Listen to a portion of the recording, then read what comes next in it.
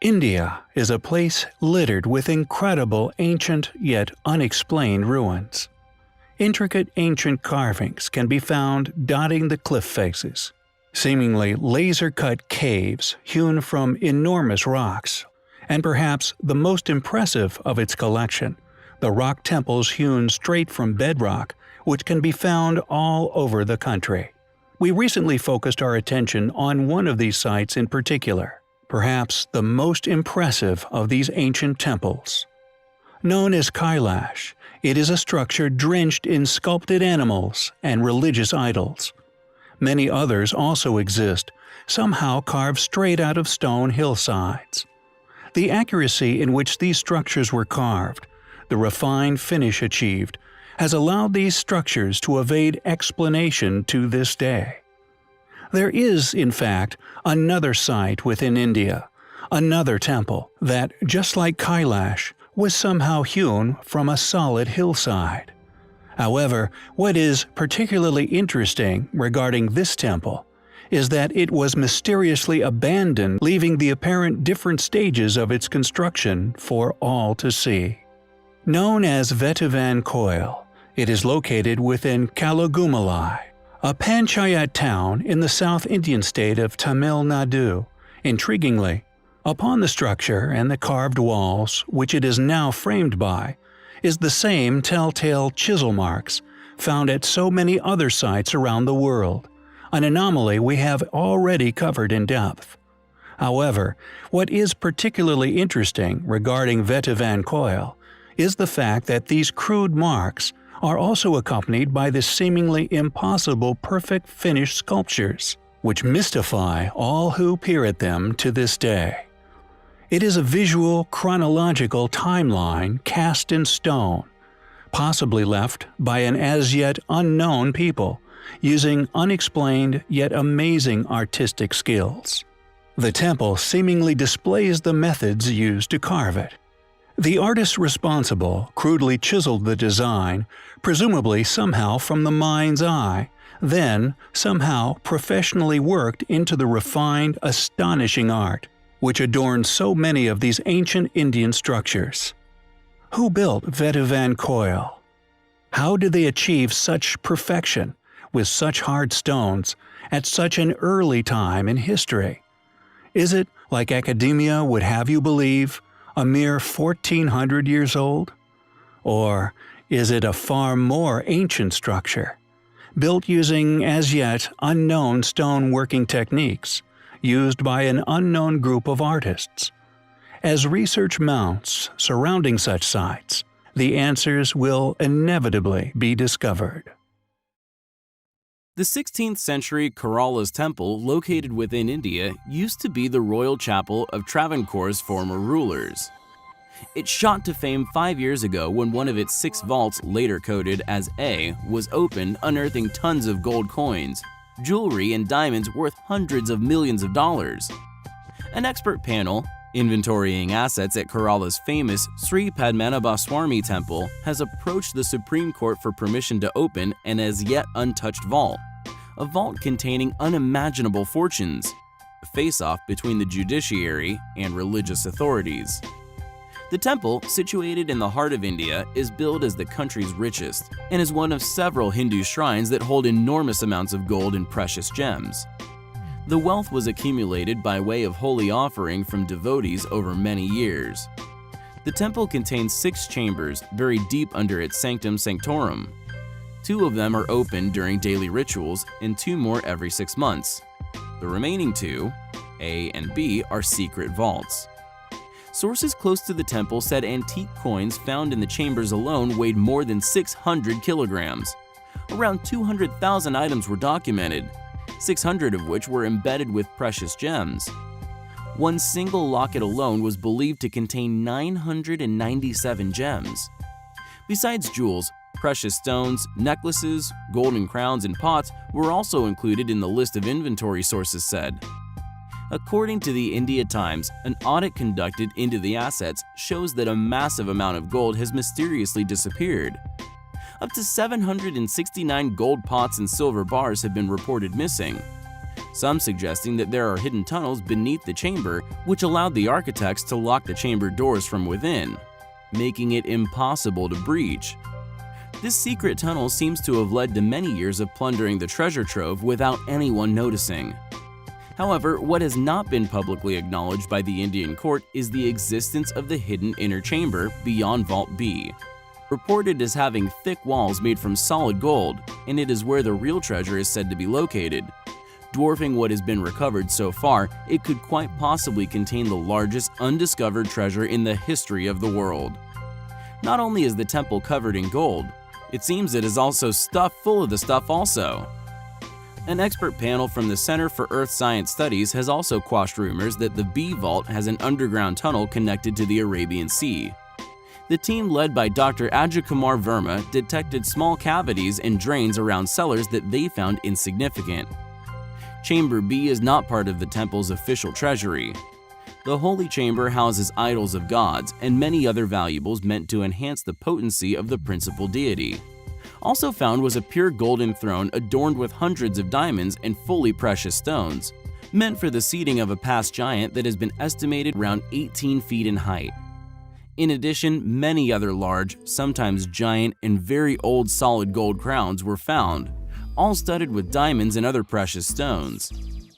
The valuables are believed to have been accumulated in the temple's vaults over several thousand years, having been donated to the gods by various dynasties and kings. We will keep you posted on what they find in Vault B.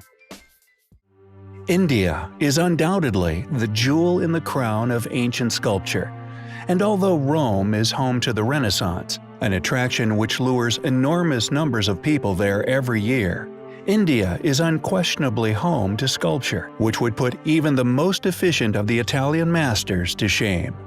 However, conveniently, academia, and thus most of the modern world, overlook these astonishing feats of ancient art in favor of less controversial artistic wonders.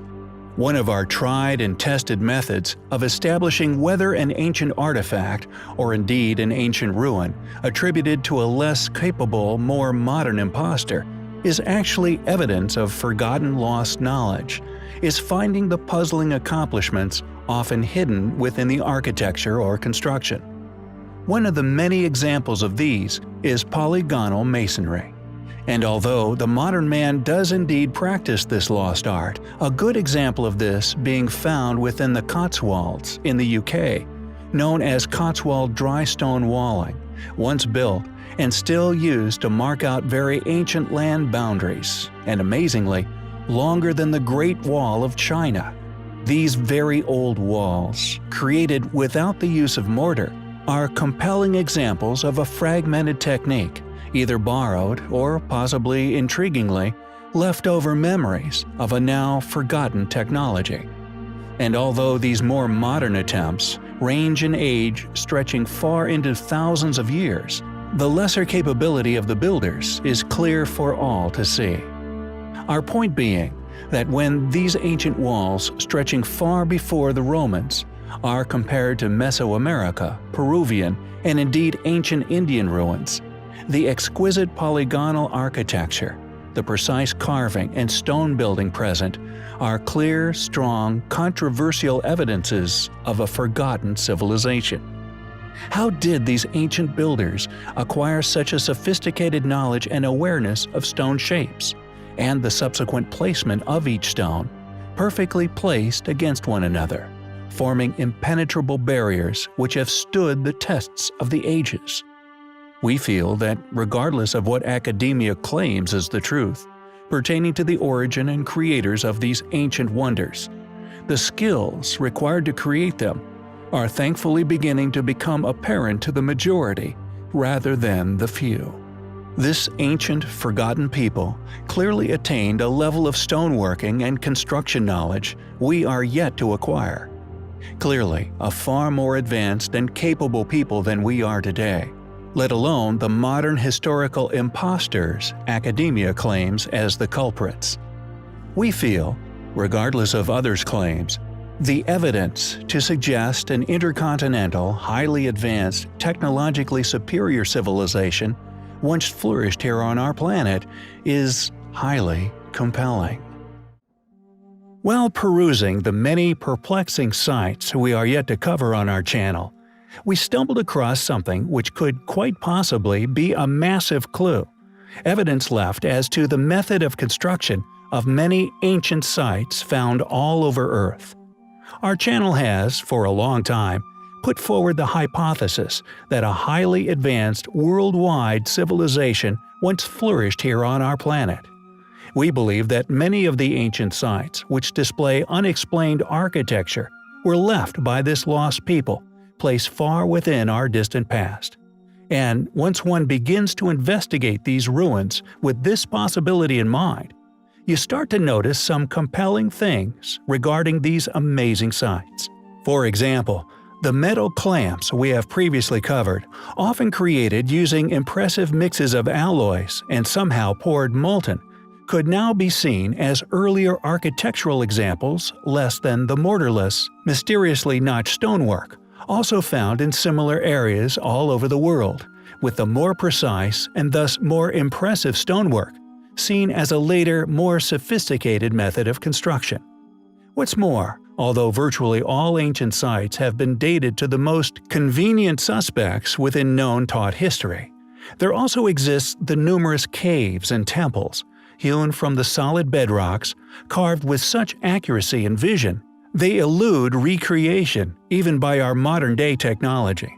And while looking at an amazing rock-cut cave within the site of Mamallapuram, India, a site we are now convinced was left by this same civilization, a curious piece of evidence seemingly presented itself.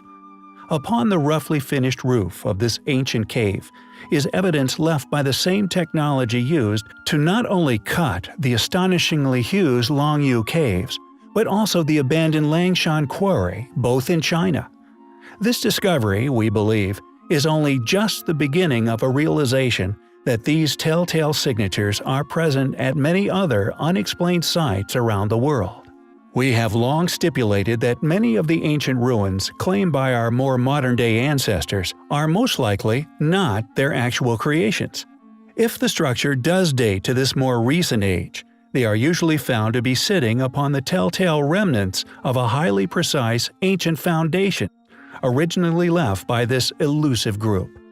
Who were these amazing people? When did they flourish here on Earth? What happened to them? Why did they never record how they created such wonders? Although it is easy for skeptics to argue that the caves and architecture were merely created through excruciating hard labor, any practical demonstration of this has eluded us for many centuries. Furthermore, many of the extensive cave excavations found all over the world, presumably dating back to this bygone age, are all absent any waste, as if the machine tasked with creating these underground labyrinths turned stone to dust.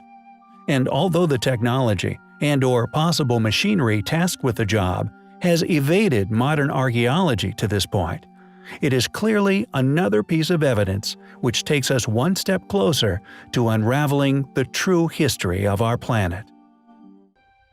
Just how old is human civilization? It should be clear to anyone who has spent any length of time perusing our channel that the majority of our antiquity, no matter how astonishing, is, according to modern academia, all built by our less capable ancestors, placed considerably more recently within human history. During our extensive research, we have often unearthed overwhelming evidence for an immensely larger human timeline. Additionally, we feel there is strong evidence to suggest that more than one period of prosperity has been experienced in the past. We have realized that this record of past global inhabitancy is merely limited to its resistance to erosion. Put another way, there appears that many past civilizations have come and gone, going back beyond what is now still in existence. The human species, it seems, has outlived the existence of our oldest ruins here on Earth. Many ruins we have explored are now argued as geological formations. This authoritative subjection is merely testament to their immense age, and also begs the question what other ruins may have been lost to erosion. How much older does human civilization actually reach back in time? And just how advanced have past civilizations become? One clue to this answer lays within the ruins themselves. Astonishing feats of engineering that not only indicate a high level of intelligence, but also technological prowess. Extraordinarily refined works, which can still be found in the less inhospitable environments of Earth. One of these lesser shared sites is undoubtedly Varangal. Located within the South Indian state of Telangana, it was predictably once snapped up by our less capable ancestors, possibly claimed as their own, subsequently becoming their capital. Home of the Kakatiya dynasty from the 12th to 14th centuries, this inhabitation, we feel, has then been used regardless of the ancient ruins in question to age the stone carvings which can be found at the site.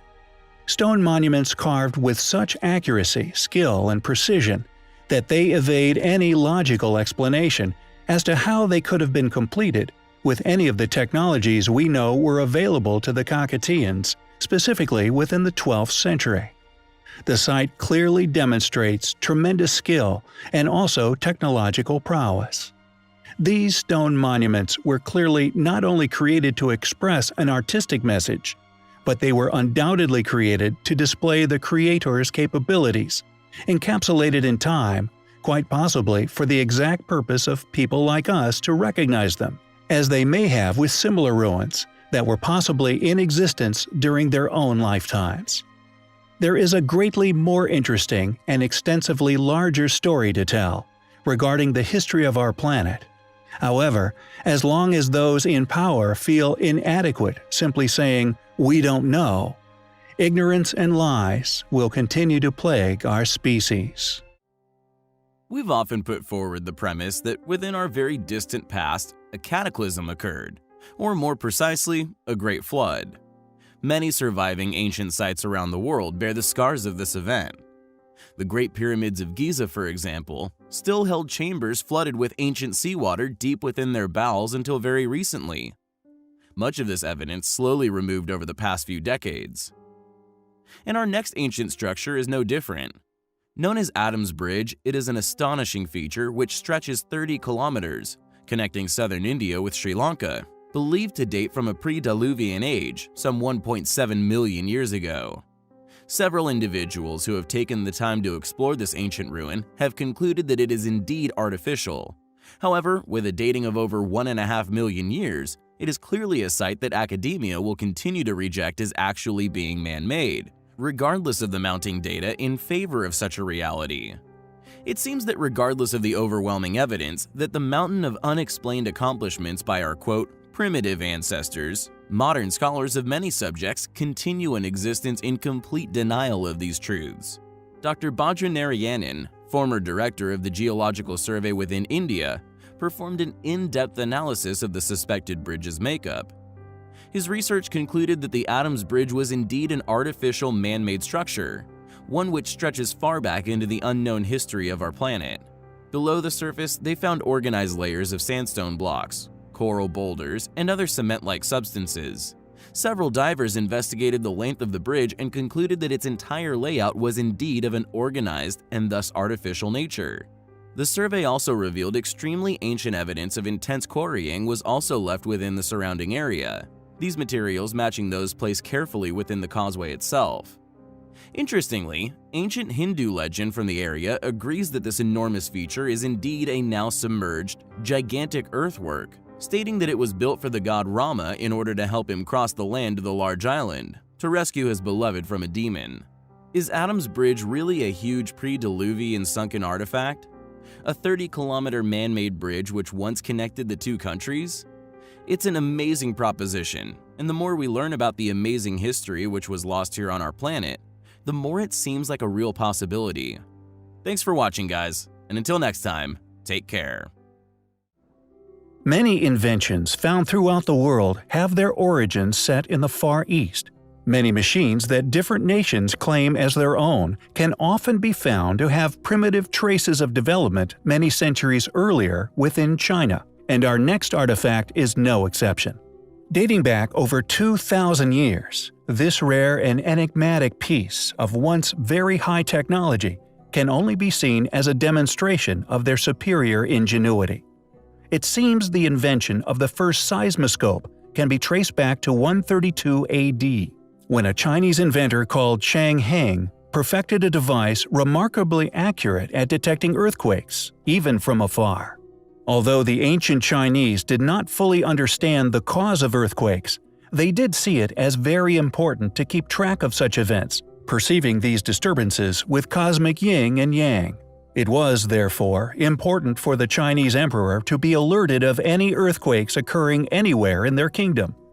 Chang's ingenious seismoscope was almost 6 feet across and made of solid bronze, decorated with 8 dragons marking compass directions. Within each dragon's mouth was a small bronze ball, and beneath sat 8 bronze toads. A mechanism within would somehow detect an earthquake occurring in the distance. This would then cause a ball to drop out of one of the 8 dragons' mouths. What is fascinating regarding Chang's invention is the fact that no one seems to be able to figure out for a certainty how it worked. One theory is that a thin stick set loosely down the center of the barrel. When an earthquake occurred, a stick would topple over in the direction of the seismic shock.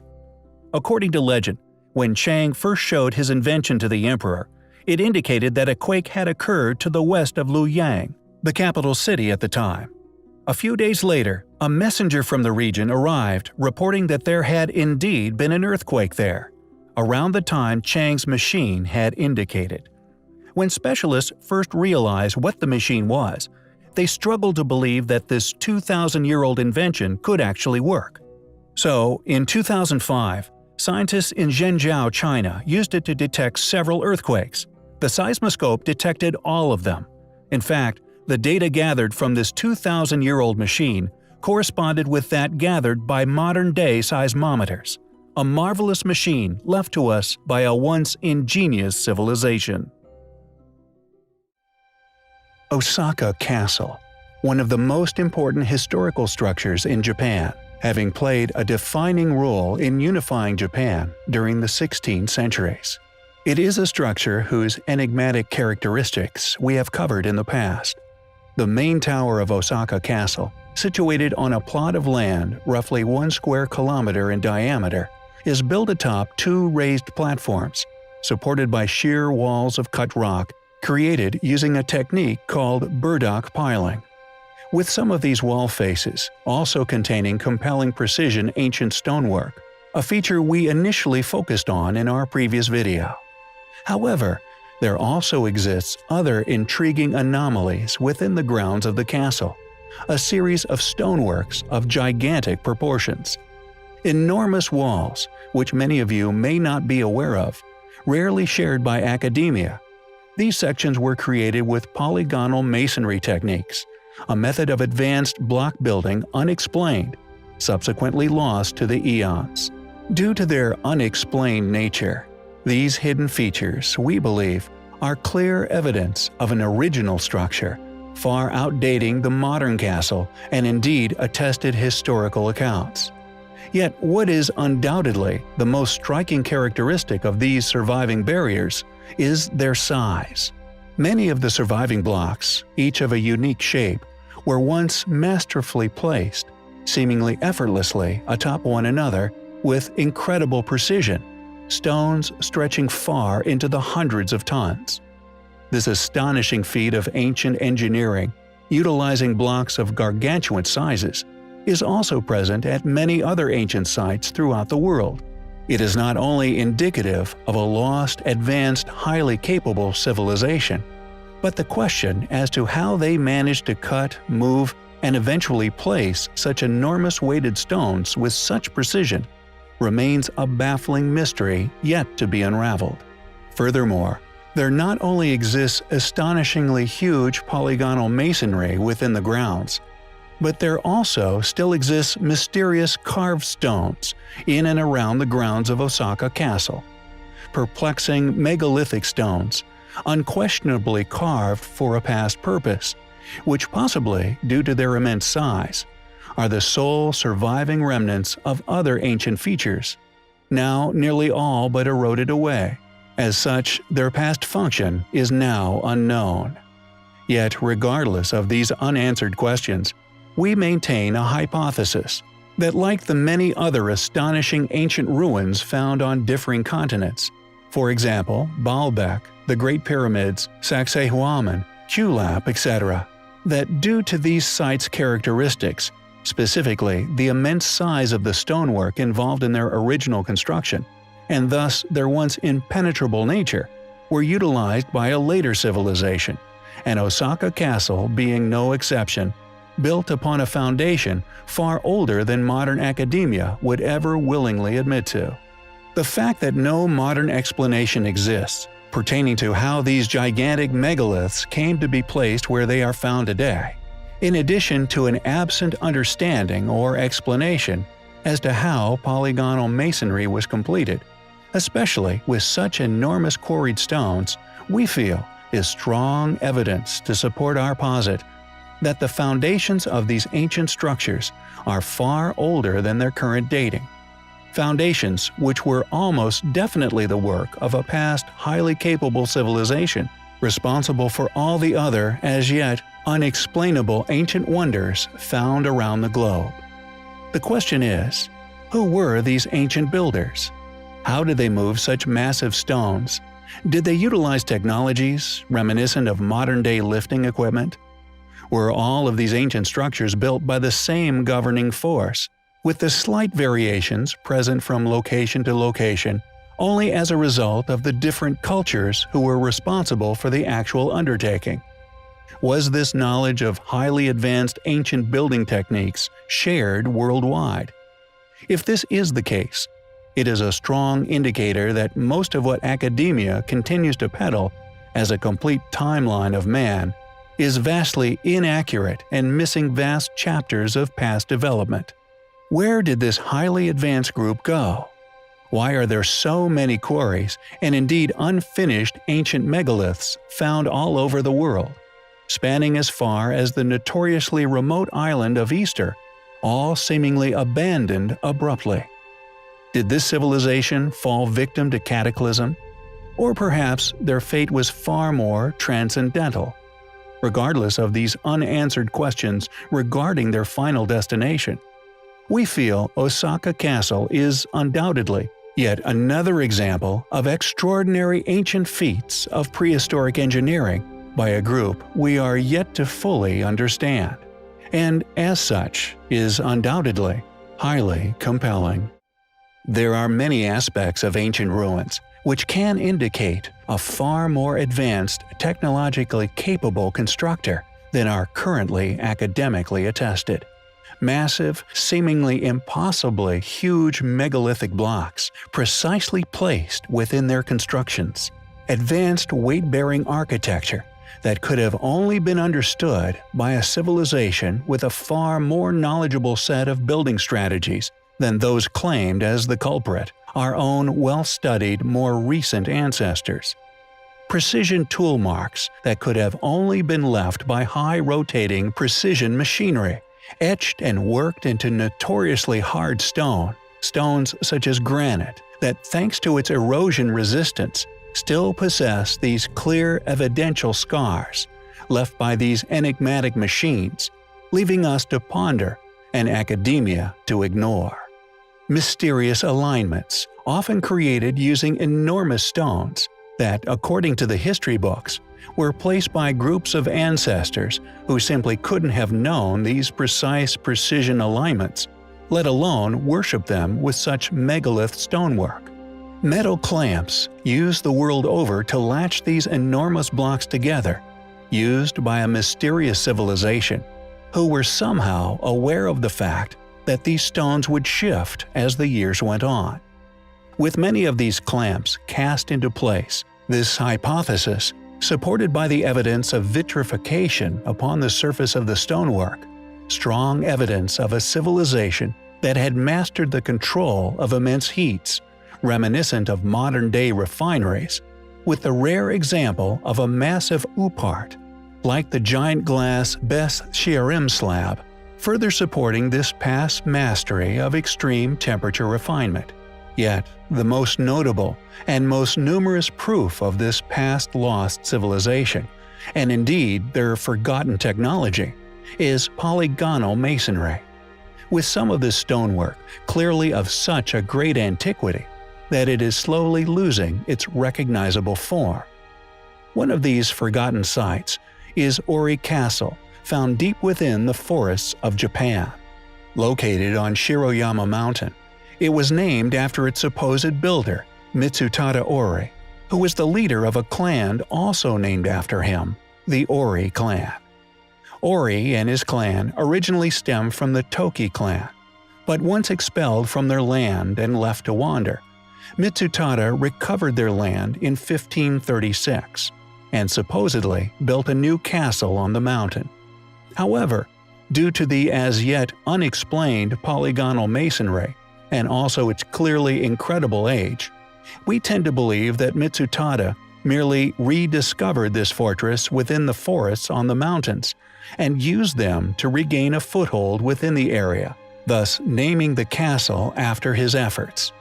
The true age of the castle, we feel, is unknown, although we strongly suspect that it predates many of the other anomalous polygonal masonry that can be found within Japan, such as the foundations of Osaka Castle, an astonishing group of features we have covered previously. However, due to the sheer age of the ruin of Ori Castle, the stonework has eroded to such a degree that it takes a keen eye and a few years of practice to be able to identify it as having once been the same level of precise polygonal masonry as that found elsewhere within Japan. Who built Ori Castle? Was it really abandoned mid-build as academia claims? Or was it, like we postulate, simply left to ruin, a relic of a now forgotten civilization, left to simply erode away, eventually to a point where geology will argue it away as a mere natural formation? We find Ori Castle, and indeed the many other enigmatic sites to be found within Japan, quietly kept away from curious minds throughout the world, as undoubtedly highly compelling. My mission upon this channel is to provide details regarding ancient ruins, artifacts, and technologies that clearly demonstrate that there once existed lost, ancient, advanced civilizations that have been lost here upon our planet. My unwavering research dynamic is that said subject matter is crucially factual. Thus, it is always based upon that which I have personally sought to confirm as undeniable realities before sharing. I do not only offer an intellectual armory for you, the viewer, who is often confronted with many academic fallacies, but particularly the younger viewer, enabling their empowerment to correct academics, often ordered to pass on such fallacies through a permitted curriculum. As such, I feel that it is crucial that not only are the facts I share established proofs, but that features which they explain away as others' work are established as beyond doubt as currently unexplainable, as such undeniable as the work of others. Exposing academia's lies due to our ancestors' limitations, ancestors often claimed as the constructors of said ruins found throughout the world. Due to this bestowed responsibility to only convey historical accuracies, established mystery, and ancestral limitations, many independent researchers often privately contact me via my secure armored email, often sharing not only their own controversial research, sometimes including their own expedition details, but also academics in positions of tremendous public influence, who not only share my view that much of the history currently being taught to future generations is not only inaccurate, but is based upon a conspiracy of concealing past civilizations. One such email received recently pertained to something known as the moon shaft. However, although this is not the main theme of this particular video, I will briefly cover what has been shared with me, and after further research, endeavor to do a detailed video in the future regarding said explorations if enough evidence of its existence can be established. Sent to me by Mike Collins, a member of an unsuccessful expedition to try to rediscover this mysterious layer. A brief prologue is as follows, quote, 3 soldiers hiding from the Germans in the Tatra Mountains in Slovakia discovered a layer which could possibly be the oldest man-made structure in the world. The structure is believed to be between 300 and 310 million years old by a number of individuals, with Heinrich Himmler even sending several scientific expeditions into the Tatra Mountains looking for the shaft, with members of the KGB also attempting to obtain the diary writings on the experience from these deceased soldiers." End quote. Although compelling, I am reluctant to cover this story yet, due to a lack of any physical evidence, regardless of the considerable lengthy testimonies that pertain to its existence. I intend to invest some time in researching it further myself first. However, tonight's subject originates far away from the supposed moon shaft in China. Ancient star maps of such accuracy and range that due to currently attested academic understandings of the history, they simply should not have possessed such knowledge, let alone been able to accurately illustrate it upon parchment, known as the Dunhua star chart. The chart is the first accurate graphical representation of star locations within ancient Chinese astronomy, and it is of nearly every star across the atlas. According to modern academia, it is dated to the Tang dynasty between 618 and 907, although I feel this is actually a copy of charts of a far earlier age, and thus of a far earlier, far more capable civilization. Before this map, much of the star information mentioned in historical Chinese texts was drastically inaccurate. However, this map provides a graphically precise verification of star observations and are part of a series of charts all known as the Dunhua manuscripts. It seems, however, in an attempt to quell the curiosity of the astute among us, considerable funding has been funneled into constructing an excuse for its existence. This funded project is known as the International Dunhua Project, with much of the research and indeed exclusive access to the maps solely granted to these academics, which I believe is an attempt to convolute their importance. However, regardless of these tremendous efforts, there are many features of the map which remain unexplainable. Compelling evidence of them being Chinese copies of knowledge left over by a past, vastly more advanced civilization, copies of elusive manuscripts that at some point within Chinese antiquity were most probably found preserved somewhere. First, the Dunhua star map is to date the world's oldest complete preserved star atlas, meaning that before the ancient Chinese were even a seafaring civilization, they somehow had access to knowledge of the accurately plotted star charts of both hemispheres. Additionally, the main image, which many presume is the entire Dunhua star chart, an insinuation implied by Wikipedia, is only a small fraction of the collection. Yet this piece in itself is an exact, accurate plotting of polar constellations, and due to these ancient Chinese people being incapable of such tremendous voyages, not only does the advanced knowledge copied down upon these charts strongly support my posit of them being a rediscovered, copied relic of a past civilization's knowledge. These copies were found in the early 1900s in a walled-up cave containing a cache of manuscripts. They were discovered by Chinese Taoist Wang Yuanlu in a cave system known as the Mo Zhuao Caves. Although the scroll with the star chart was found amongst those documents by Oral Stein when he visited and examined the content of the cave in 1907. One of the first public mentionings of the script in Western studies was from Joseph Needham's 1959 version of the book Science and Civilization in China. Since that time, however, only a few publications have conveniently been devoted to the map, nearly all being Chinese publications. This map, or as we postulate, accurate copy, was made around the year 700.